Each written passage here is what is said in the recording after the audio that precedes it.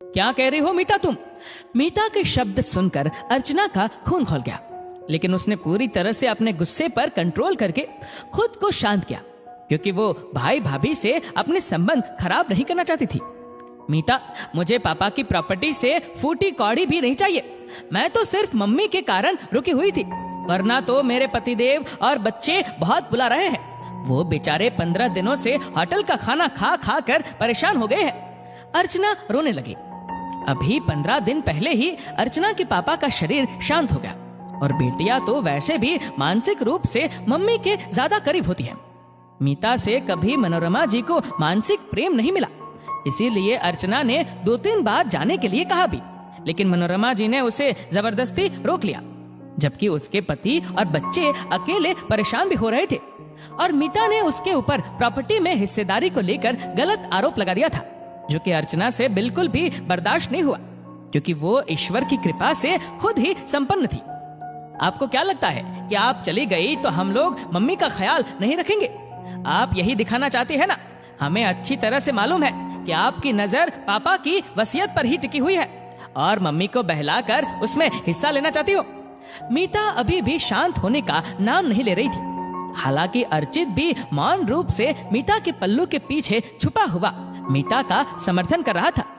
मीता, अब मेरे सब्र का बांध टूट रहा है। तुम मुझ पर आरोप लगाती चली जा रही हो, और मैं सिर्फ अपने संबंध खराब ना करने की वजह से चुप हूँ। बस बहू, बहुत हो गया।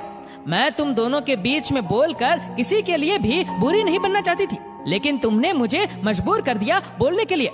अब तक चुप बैठी मनोरमा जी का भी खून खौलने लगा। ये घर आज भी अर्चना का उतना है जितना कि तुम्हारा। मैंने ही उसको अपने पास जबरदस्ती रोका है। वो तो कई बार वापस जाने के लिए बोल चुकी है। अर्चित को तो वैसे भी तुम्हारे आने के बाद हम लोगों की फिक्र नहीं रह गई, क्योंकि तुम्हारे पापा भी इसी बात को लेकर दुखी रहते थे। अगर तुमसे और अर्चित से मानसिक सहयोग मिला होता तो क्यों मैं इसको अपने पास रोकती? हाँ, एक बात और, पहले तो इन्होंने और मैंने अर्चना को कुछ भी देने के बारे में नहीं सोचा था, लेकिन अच्छा हुआ कि तुमने अपना यह रूप अभी दिखा दिया। शक तो मुझे पहले से ही था, अब मुझे फैसला लेने में आसानी हो गई। अब मैं इस प्रॉपर्टी का आधा हिस्सा अर्चना के नाम कर रही हूँ। तुमने खुद अपने पैरों में कुल्हाड़ी मार ली है। मनोरमा जी खून का घूंट पीकर रोते हुए बोली, नहीं मम्मी, मुझे कुछ भी नहीं चाहिए। बस आप लोग अपना प्यार हमेशा बनाए रखेगा। भगवान का दिया सब कुछ है हमारे पास। अर्चना रोते हुए बोली, नहीं बेटा, और हाँ, अब तो इस प्रॉपर्टी के 2 नहीं 3 हिस्से होंगे। एक तुम्हारा, एक अर्चित का और एक मेरा, क्योंकि मैं भी सब कुछ बेटे बहू को सौंप कर लाचार नहीं बनना चाहती। आज तुम मेरे बेटे के साथ ऐसा व्यवहार कर रही हो, कल को पता नहीं बहू तुम मेरे साथ कैसा व्यवहार करोगी। मेरा तो तुम्हारे और अर्चित के ऊपर से विश्वास ही हट गया, इसीलिए मैं धोखा नहीं खाना चाहती। मनोरमा जी ने अपना फैसला सुना दिया। मुझे माफ कर दीजिए प्लीज मम्मी, मेरा दीदी का दिल दुखाने का कोई इरादा नहीं था।